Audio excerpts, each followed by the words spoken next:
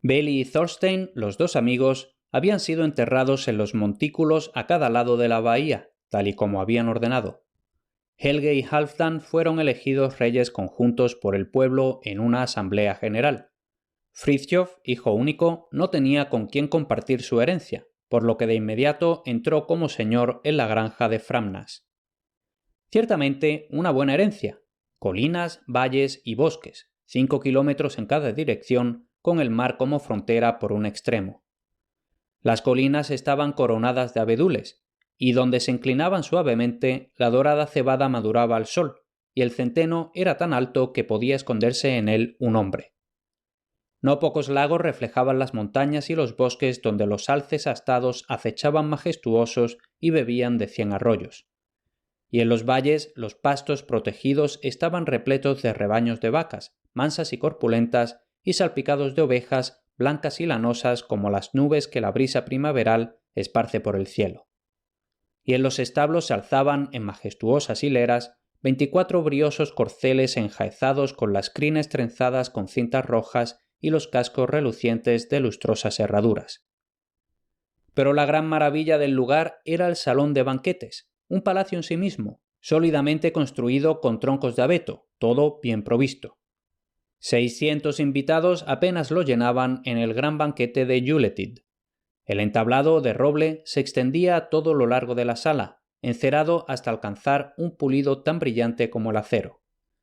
El estrado en el extremo del anfitrión estaba adornado con 2 estatuas de dioses talladas en madera de olmo, Odín con aire real y Frey con el sol en la frente. Entre las dos estaba el asiento del anfitrión, cubierto con una enorme piel de oso negra con la boca escarlata y las garras cubiertas de plata. Parecía que había sido ayer cuando Thorstein se sentó allí, agasajando a sus amigos con muchas historias maravillosas de tierras extranjeras, de aventuras vikingas en los mares. Hasta bien entrada la noche escuchaban embelesados, mientras los grandes leños ardían en el profundo hogar de piedra del centro del salón y las estrellas asomaban por la amplia chimenea del techo y la luz del fuego jugueteaba, brillante y centelleante, sobre las armaduras colgadas por las paredes, con una espada entre cada dos, centelleando de vez en cuando como una estrella fugaz en una noche de invierno.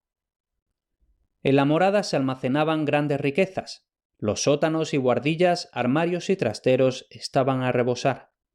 Tampoco faltaban objetos preciosos tomados en la guerra o regalados como muestra de amistad. De estos tesoros familiares, 3 eran apreciados por encima de todas las demás posesiones por Thorstein y ahora por su hijo. La primera y más preciada era la espada Angurvadel, hermana del rayo.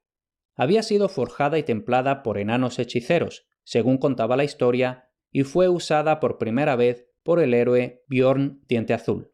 Pero pronto perdió tanto la espada como la vida en un combate singular contra el audaz Wifel, cuyo hijo se llamaba Vikingo, el padre de Thorstein. Cuando Vikingo era un joven de 15 inviernos, él y Angurvadel lucharon contra un troll salvaje y lo mataron. El gigante apareció en la tierra de un rey anciano y débil, exigiendo su corona y su única hija, una encantadora niña de tierna edad, a menos que se encontrara un campeón que pudiera luchar contra él y vencerlo. No había tal campeón entre los hombres del viejo rey, y de no ser por el joven y su espada mágica, la pobre doncella habría sido llevada al bosque tenebroso del que ningún hombre había visto más que el lindero exterior de los árboles. De un solo golpe, Angurvadel partió en 2 al troll y rescató a la doncella. Ahora Fridtjof era su dueño. Cuando la desenvainó, una gloria llenó la sala como el resplandor de la luz del norte. La empuñadura era de oro y el acero azul de la hoja estaba grabado con innumerables runas, que se mostraban apagadas en tiempos de paz. Pero en la batalla, o cuando el corazón del dueño se agitaba por la ira, ardían y brillaban en rojo rubí, y ay de aquellos que se toparan con la reluciente hoja en medio de la refriega. Grande era la fama de aquella espada. Era conocida en todas partes como la mejor de todo el norte. La segunda en valor de las 3 reliquias era un enorme brazalete de oro purísimo, una pieza de arte incomparable, obra de Waulund el Cojo, el divino herrero del norte. Era grueso, ancho y pesado, como para abarcar el brazo de un héroe. y en él se representaban los cielos, con las 12 mansiones inmortales donde, mes tras mes, el sol descansa en su curso, y Alfheim, la mismísima casa de la luz de Frey, desde donde el joven sol comienza cada Yuletid su larga ascensión hacia el cielo más alto. Allí también, en el salón de los dioses, donde Odín bebe hidromiel en una copa de oro, Balder se sentaba en su trono, el sol de medianoche. Balder el bueno, el intachable. Luego estaba representado Balder muerto, sobre la pira funeraria, y más allá aún, en el reino de la horripilante Hela, la despiadada soberana de los muertos. Estas y muchas otras escenas, todas ellas relacionadas con la lucha entre la luz y las tinieblas en los cielos, arriba y abajo, estaban representadas en el brazalete. En el cierre había un rubí de enorme tamaño. A lo largo de una extensa línea de antepasados por parte de madre, el brazalete había llegado a Thorstein. Una vez se perdió. Lo robó un pirata del que solo se sabía que se hacía llamar Sote y que vagaba por los mares del norte. Luego corrió el rumor de que Sote había desembarcado en una costa remota y se había adentrado vivo en un enorme túmulo, a cuya vasta cámara, revestida de losas bien apuntaladas, había llevado su barco y todos sus tesoros, pero que no había encontrado reposo, y que unos sucesos fantasmagóricos hacían del túmulo un lugar aterrador kilómetros a la redonda. Thorstein oyó la historia. Beli y él montaron de inmediato en su barco, surcaron las olas y llegaron rápidamente a la desconocida orilla. Ante ellos se alzaba el montículo, con el aspecto de un templo gigantesco si hubiera estado cubierto por una cúpula. Rayos de luz salían misteriosamente de él, y cuando los dos compañeros se asomaron con cautela a través de algunos resquicios de la maciza puerta de hierro, contemplaron el interior del barco pirata, con forma de serpiente, negro como el carbón, dotado de mástil y timón, y en lo alto de las jarcias, sentado, con un manto de fuego y los ojos iracundos, una figura espantosa que frotaba la hoja de una espada manchada de sangre. Pero las manchas no desaparecían. Y a su alrededor, en la cámara, yacía el botín de oro, esparcido y amontonado. El brazalete lo llevaba puesto. —¿Entramos? —susurró Beli— ¿y luchamos contra el enemigo? 2 hombres contra un monstruo de fuego. 1 contra 1 es la ley de los campeones —replicó Thorstein casi enfadado—. Me enfrentaré solo a la prueba. Beli no quiso oír hablar de ello, y discutieron larga y afanosamente por el peligroso honor hasta que por fin acordaron echarlo a suertes. En el casco de acero de Beli metieron 2 piedras, lo agitaron, y cuando salió una de ellas, Thorstein la reconoció como la suya a la pálida luz de las estrellas. Golpeó la puerta con su lanza, y tan fuerte fue aquel primer impacto que el cerrojo y la cerradura cedieron. La puerta se abrió de golpe, y él descendió por muchos peldaños. Más tarde, cuando le preguntaban qué había visto aquella noche, se estremecía y guardaba silencio. Pero Beli, que escuchaba ansiosamente desde fuera, contó que primero había oído lo que parecía el canto de los malvados trolls, luego un ruido metálico, como de mortales espadas en acción, luego gritos aterradores y después un silencio repentino. Y Thorstein salió corriendo, pálido, aturdido, medio paralizado, pues era Surtur el Negro, la mismísima muerte, con quien había luchado. Pero el brazalete estaba en su brazo, y en otros tiempos, cada vez que lo mostraba, decía: «Este brazalete me ha costado caro. Una vez en mi vida temblé de miedo, cuando lo perdí y lo recuperé». Grande era la fama de aquel brazalete. Era conocido en todas partes como el mejor de todo el norte. La tercera reliquia familiar era el barco Elid. Se contaba la extraña historia de cómo llegó a manos de Vikingo, el padre del viejo Thorstein.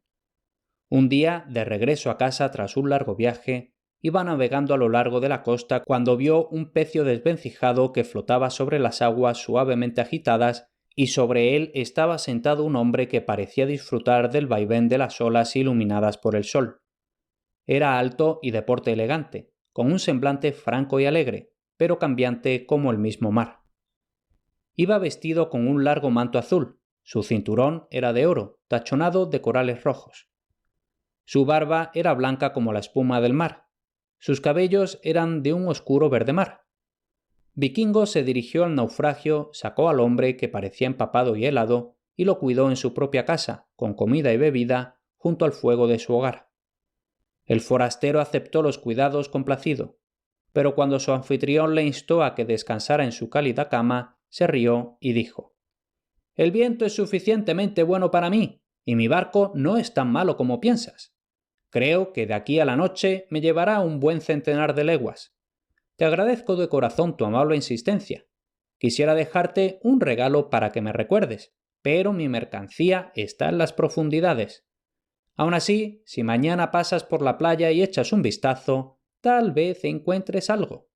Al día siguiente, Vikingo estaba en la playa cuando, sorpresa, veloz como un pigargo en pos de su presa, un barco dragón voló hacia la desembocadura del río. No se veía ningún marinero, ni siquiera un timonel.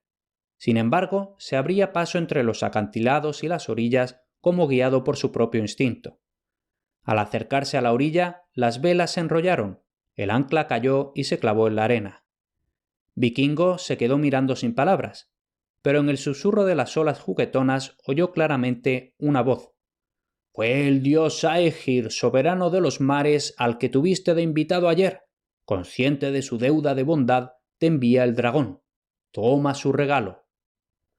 Y un regalo de reyes era el barco. En sus esbeltos flancos los maderos de roble no estaban unidos, como de costumbre, por la mano experta de un carpintero, sino que crecían unidos como un cuerpo vivo.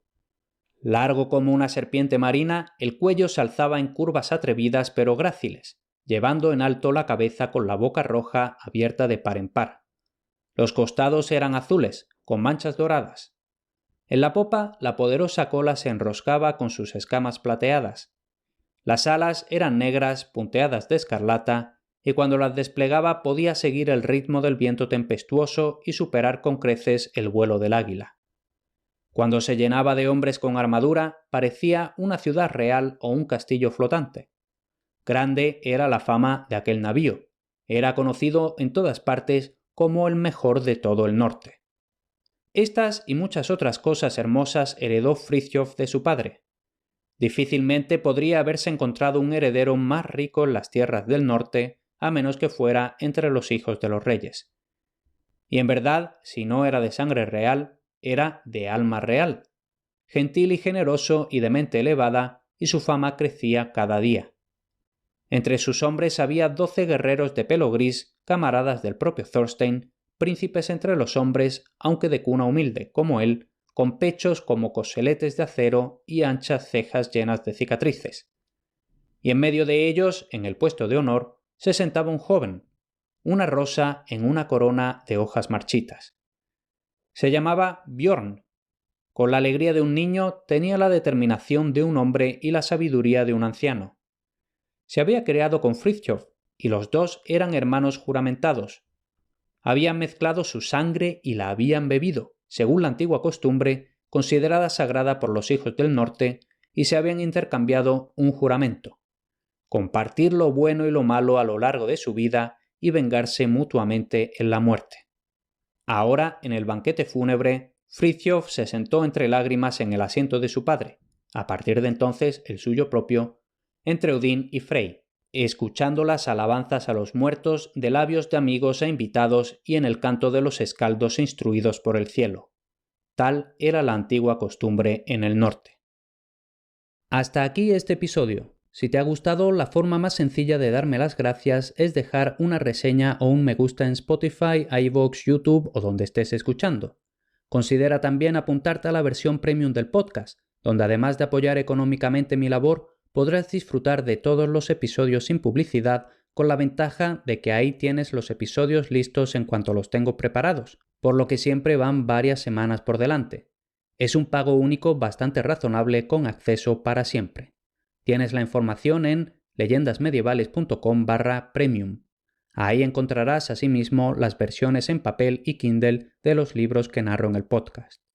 Y si solo quieres seguirme la pista de lo que voy haciendo y publicando aparte de este podcast, puedes apuntarte a mi canal de Telegram en leyendasmedievales.com/telegram o a mi boletín en leyendasmedievales.com/boletín. Gratis los dos.